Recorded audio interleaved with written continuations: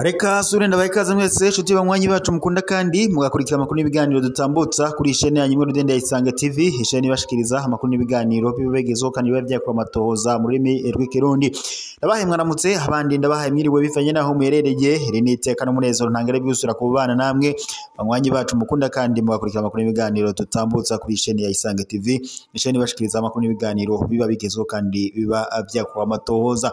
Reka roshimire mwese mudukurikira muri mucunguraro igeze igihugu cyacu Burundi, abadukurikira bari mu bihugu bibanyi ndetse n'abari mu makungu kuri mwese ndabahaye ikaze mu makuru yacu muri iki gitondo. Akaba rero amakuru araza gushimikira ku ngingo nkuru zitandukanye, turaza kunyarukira mu bisata bitandukanye haba muri politike, mu nkino, mu ndero, mu iperereza, mu gateka kaze na muntu, mu makungu kure ndetse n'andi makuru yose abazindutse avugwa mu mihingo itandukanye.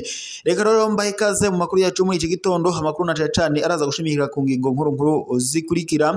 Turaza kunyarukira ngaha mu mukuru wa politike Igitega, tubarire ibiriko birahabera. Aho rero wahoze ari umushikiranganje wa mbere wa leta y'u Burundi Gervais Ndirakobuca yasubiye kwifatira ugahanga umukuru w'igihugu cy'u Burundi Evariste Ndayishimiye, avuga ko ivyo yamukoreye byo kumubogoza ku umwanya wo kuba ari umushikiranganje wa mbere wa leta y'u Burundi ngo byamushabuje cyane, ngo nawe agomba gukora ibishoboka byose akazomubogoza ku mukuru w'igihugu. Gervais Ndirakobuca rero akaba yamaze gushinga intahe nawe avuga ko atazokwihanganira ibyo umukuru w'igihugu cy'u Burundi Evariste Ndayishimiye yamukoreye byo kumubogoza ku mwanya wo kuba ari umushikiranganje wa mbere wa leta y'u Burundi. Aho rero yaciye ayirukanwa na leta yiwe yose agaca asubirizwa na Nestor Ntaho ntuye kuri ngubu ariwe arongoye leta shasha y'u Burundi. Numuje kandi Gervais Ndirakobuca yamye yumvikana ko atameranye neza n'umukuru w'igihugu cy'u Burundi, ndetse byananoganwa ko ngo umutambukanyi w'umukuru w'igihugu cy'u Burundi Adeline Ndayishimiye kariwe yaba afata ingingo zikomakomeye mu kibanza cy'umushikiranganje wa mbere, mu gihe Gervais Ndirakobuca yaramutswaga ico kibanza ngo yoba yararimo ameze nk'ifoto.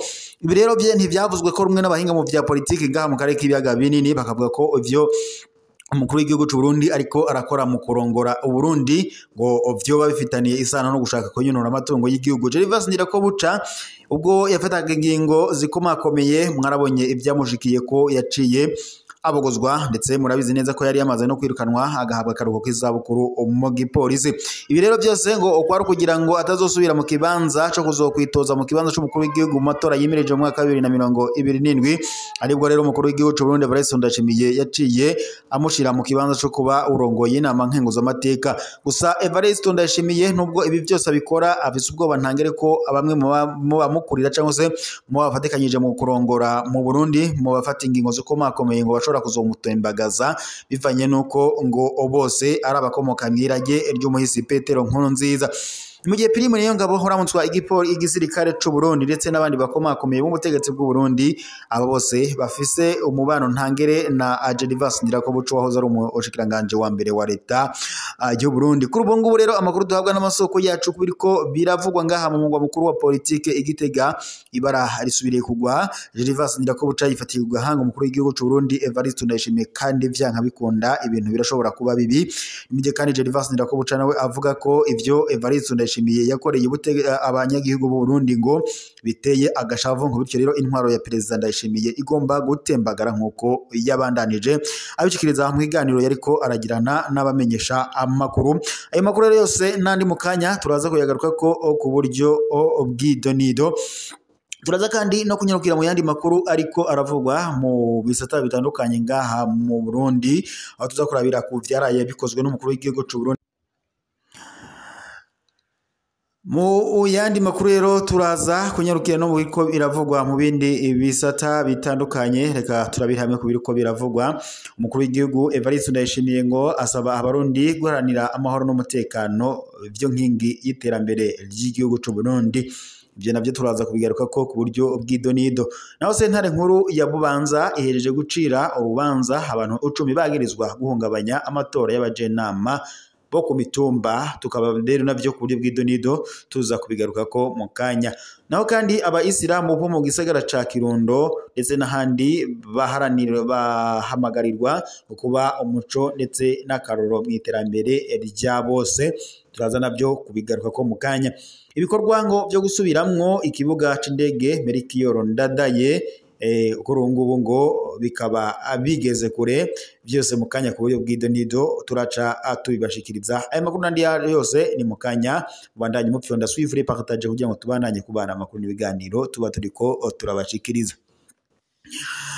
Reka dutangurira amakuru yacu kuri bw'idonido kubiko biravuga ko umukuru w'igihugu cy'u Burundi Evariste Ndayishimiye asaba abarundi bose guharanira amahoro n'umutekano byo nkingi y'iterambere ry'igihugu cy'u Burundi.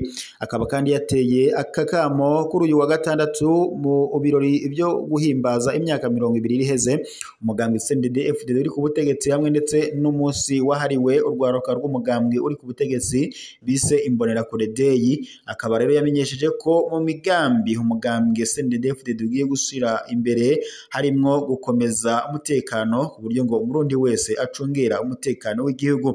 Umukuru w'igihugu cy'u Burundi Evariste Ndayishimiye akaba asaba abagumyabanga kwigana inkona bigatunga ngo bitandukanye n'ikintu cose canke abantu bose bashaka kubasubiza inyuma ngo bakore ibikorwa by'iterambere ngo ku buryo n'imiburiburi umurundi wese azoba afise umumiliyoni umwe w'amafaranga y'amarundi. Naho sentare nkuru ya Bubanza yo yaraye iciriye urubanza abantu 10 bagirizwa guhungabanya amatora y'abajenama bo ku mitumba. Umwe rero akaba yagiriwe n'icaha mu ntahe y'ikibirira ko abagabo 9 n'umugore umwe bose muri komine Mpanda. Muri bo 3 nibo batari mu bikorwa bya seni, abandi bari bacungera amatora ku tuzu tw'amatora nkuko badondowe bagirizwa ko bahungabanije amatora y'abajenama ku mitumba. Hari abafatanywe amakarata y'amatora atarayabo, hari ndetse n'abafashwe batarashika ku mazu y'amatora. Muri bo ngo harimo umwe yari arongoye akazu k'amatora ku mutumba wa Murengaza yagirijwe ngo kuzuza amakarata mw'isandugu. Wakaba kandi yaciriwe urubanza rwo kuriha ihadawe y'amafaranga 200 y'amarundi. Abandi bakaba bejejwe kuvyo bagirizwa. Uyo akaba ari umugwi ugira kabiri wagirizwa guhungabanya amatora barengutse imbere ya sentare. Naho abayisilamu bo mu gisagara ca Kirundo ndetse n'abandi bahamagarirwa kuba umuco ngo n'akarorero mu iterambere rya bose. Bariko bugurura umusigiti munini mu gisagara ca Kirundo mu ntara ya Butanyerera kuri uyu wa 29 Nyandagaro y'umwaka. Sheikh Salimu Nyayabagabo ayoboye umuryango w'abayisilamu mu Burundi yasabye abo basangiye ukwemera ko ngo bategerezwa kuba akarorero mu iterambere, kubaka amashure n'ibindi bikorwa by'iterambere ku barundi bose. Umuyobozi kandi yavuze ko Uburundi burimwo amahoro n'umutekano, ati twese tuvire hasi rimwe dufata inzira y'imbonakazoza dukurikira indongozi z'u Burundi ndetse mu kuba inyenyeri inywanisha abayisilamu hagati yabo ndetse no hagati y'abayisilamu n'ayandi madini. Muheto Ale Patrick umuyobozi mwishikira mu biro vya Buramatari w'intara ya Butanyerera yahamagariye abayisilamu gufasha mu bikorwa by'ubukerarugendo na cane mu gutunganya ibibanza vyakira ingenzi ku bibuga bibiri biri mu Kirundo hamwe ndetse no gufasha mu iterambere muri rusange. Umuryango w'abayisilamu bakemeza ko bamaze gukora ibitari bike kandi ko ngo hazobandanya ku murindi w'indongozi z'igihugu. Naho ibikorwa byo gusanura ikibuga c'indege Melchior Ndadaye birarimbanije. Ni umugambi ufashwe mu mugongo n'igihugu c'Ubushinwa. Muri rusange uwo mugambi wose wahawe imiliyoni 172 z'amadolari y'amanyamerika, harimo imfashanyo y'Ubushinwa ingana n'imiliyoni 52 z'amanyamerika adasubizwa aya leta, ayandi leta ica yikora kungurane. Ibikorwa biri muri uwo mugambi ni ugusubiramwo ndetse no kwagura ikibanza cyo kurukiramwo ibizwi nka piste d'atterrissage, kubaka umunara ufasha indege kururuka canke kuguruka piste de contrôle.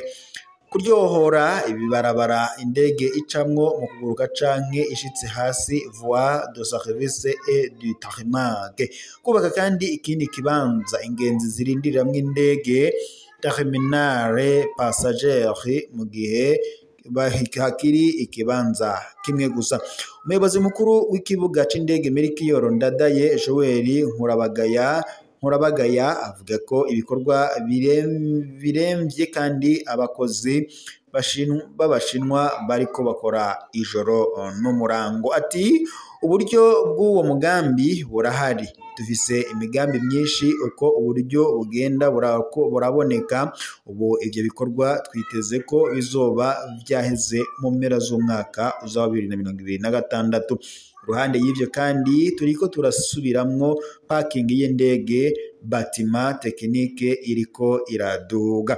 Kubw'uwo arongoye ikibuga c'indege Melchior Ndadaye, hari n'ibindi bikorwa ngo bashiramwo inguvu na cane cane ibijanye no gukomeza umutekano ku kibuga c'indege. Naho ku bijanye no kugwiza ibibuga vy'indege agira ati uwo mugambi ntituwusiga inyuma uretse ko tukirindiriye uburyo. Hariho umugambi wo kubaka ibibuga vy'indege aho bita Bugendana, ivyigwa vyaraheze hasigaye uburyo. Vyongeye mu gihugu cose turafise ivyo bita aerodrome, ibibuga vy'indege bito bito, ivyo navyo nyene ngo turacabirondera ubu. Naho mu Burundi ho ngo CNDD-FDD ngo tuzobereka uko dukora, nabo batwereke twigishanye. Mu ntumbero yo guhimbaza imyaka 20 iheze umugambwe CNDD-FDD umaze ku butegetsi kuva mu mwaka wa 2005 kuri wa 27 Nyandagaro uyu mwaka, umugambwe wakiriye abashitsi bakaba n'abagenzi babo ku kibuga c'indege Melchior Ndadaye.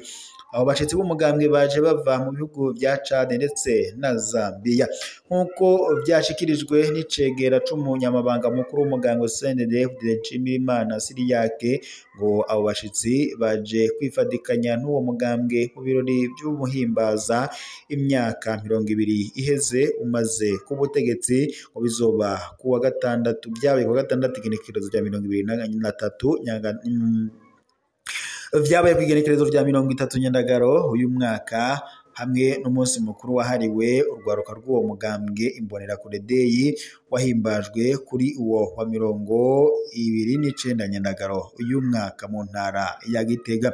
Avuga kandi ko ngo kazoba n'akaryo ko kwigishanya, aho bamwe ngo bazokwerekana abandi ngene bakora gutyo ngo bakigishanya. Ngo hazoba kandi no gusinyirana amasezerano yo gufatana ndetse no gufatanya ibikorwa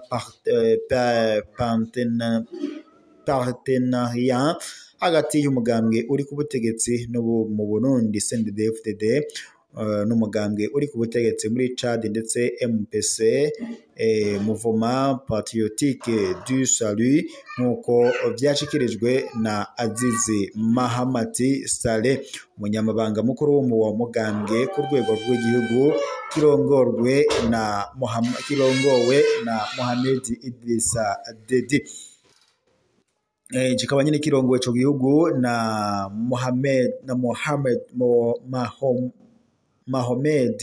Idrissa Deby. Ico mumenye nuko hari n'abandi bashitsi bashika kuri uwo munsi nyene bari bavuye mu bihugu nka Nigeria ndetse n'ahandi hatandukanye. Ivyo rero ni bimwe mu vyari biriko biravugwa makuru yo ngaha mu Burundi. Tubaye dusozereye ngaha kuri isaha, turaza gusubira makuru araza kubagiza uko gusa nabibutsa gufyonda suivre na partage ndetse na sabone kugira ngo tubandanye kubana makuru n'ibiganiro tuba turiko turabashikiriza umwanya n'umwanya. Mwibuke mufyonde suivre na partage kugira ngo makuru yacu aze arabashikira igihe cose tuba tumaze gushirako ayo makuru. Iri rero ryari iteka n'umunezero ntangere byo kuba twari kumwe namwe banywanyi bacu mukunda kandi mugakurikira makuru n'ibiganiro dutambutsa kuri chaîne yanyu muri Dende Isange TV, isheni bashikiriza amakuru n'ibiganiro biba bigezweho kandi biba byakura amatoza mu rurimi rw'ikirundi. reka rontere yambu abadukurikiraga bari mu bihugu bibanyi nk'u Rwanda, Repubulika Iharanira Intwaro Rusange ya Kongo, Uganda, Tanzania, Mozambique, Zambia, abari mu micungararo igize igihugu cyacu Burundi ndetse n'abari mu makungu ya kure, mwese ndabashimiye kuba mwari kumwe natwe. Reka dusozerere ngaha amakuru yacu yo nagasaga.